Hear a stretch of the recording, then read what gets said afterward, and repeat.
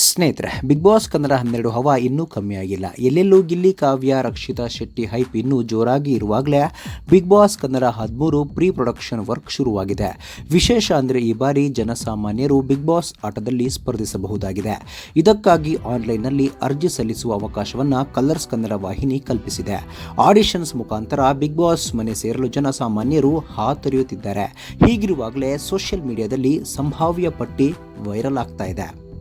ಹೌದು, ಭಾಗ್ಯಲಕ್ಷ್ಮಿ ಧಾರಾವಾಹಿಯಲ್ಲಿ ಭಾಗ್ಯ ಆಗಿ ಹೆಂಗಳೆಯರಿಗೆ ಸ್ಫೂರ್ತಿ ನೀಡಿದವರು ಸುಷ್ಮಾ ರಾವ್.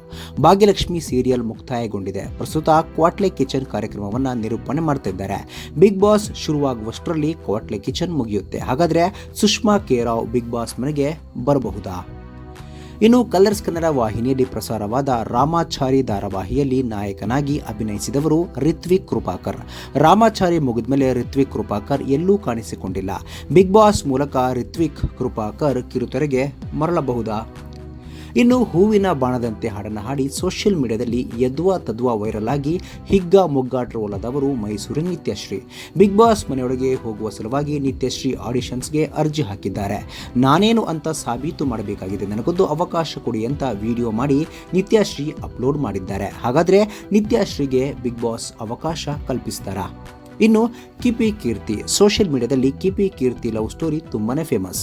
ಇಂತಿಪ್ಪ ಕಿಪಿ ಕೀರ್ತಿ ಈ ಬಾರಿ ಬಿಗ್ ಬಾಸ್ ಮನೆಗೆ ಬರ್ತಾರಾ? ಇನ್ನು ಅಮುಕು ಡುಮುಕು ಅಂತ ಸೋಷಿಯಲ್ ಮೀಡಿಯಾದಲ್ಲಿ ಡ್ರಾಮಾ ಮಾಡಿದವರು ಮಂಜು. ಇವರಿಗೆ ಬಿಗ್ ಬಾಸ್ ಮಣೆ ಹಾಕುತ್ತಾರಾ ನೋಡಬೇಕಾಗಿದೆ.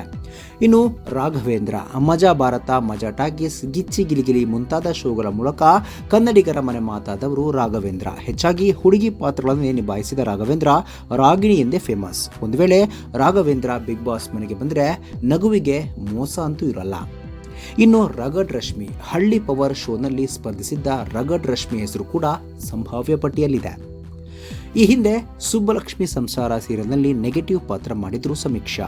ಸದ್ಯ ಕ್ವಾಟ್ಲೆ ಕಿಚನ್ ಶೋನಲ್ಲಿ ಸಮೀಕ್ಷಾ ಸ್ಪರ್ಧಿಸುತ್ತಿದ್ದಾರೆ. ಕ್ವಾಟ್ಲೆ ಕಿಚನ್ ಮುಗಿದ ಬಳಿಕ ಸಮೀಕ್ಷಾ ಬಿಗ್ ಬಾಸ್ ಮನೆಗೆ ಬರ್ತಾರಾ ನೋಡಬೇಕಾಗಿದೆ.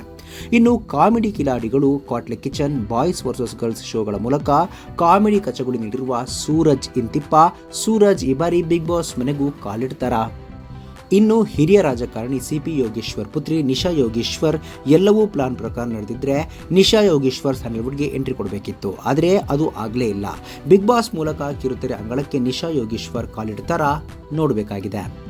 ಇನ್ನು ಹರಿಕತೆ ಅಲ್ಲ ಗಿರಿಕತೆ. ಗಜರಾಮ ಸಿನಿಮಾಗಳ ಖ್ಯಾತಿಯ ತಪಸ್ವಿ ಪೂರ್ಣಚ್ಚ ಹೆಸರು ಸಂಭಾವ್ಯ ಪಟ್ಟಿಯಲ್ಲಿದೆ. ಸ್ನೇಹಿತರೆ, ಇವರೆಲ್ಲರೂ ಬಿಗ್ ಬಾಸ್ ಮನೆಗೆ ಬರಬೇಕಾ? ಇದ್ರ ಬಗ್ಗೆ ನಿಮ್ಮ ಅನಿಸಿಕೆ ತಪ್ಪದೆ ಕಾಮೆಂಟ್ ಬಾಕ್ಸ್ ನಲ್ಲಿ ತಿಳಿಸಿ. ಸ್ನೇಹಿತರೆ, ವಿಡಿಯೋ ಇಷ್ಟ ಆಗಿದ್ರೆ ಲೈಕ್ ಮಾಡಿ, ಶೇರ್ ಮಾಡಿ, ಚಾನಲ್ನ ಸಬ್ಸ್ಕ್ರೈಬ್ ಮಾಡಿ. ಹಾಗೆ ಬೆಲ್ ಐಕನ್ ನ ಕ್ಲಿಕ್ ಮಾಡಿದ್ರೆ ಹೊಸ ವಿಡಿಯೋನ ನೀವು ಮಿಸ್ ಮಾಡೋದೇ ಇಲ್ಲ. ಮುಂದಿನ ವಿಡಿಯೋದಲ್ಲಿ ಭೇಟಿಯಾಗೋಣ. ಧನ್ಯವಾದಗಳು.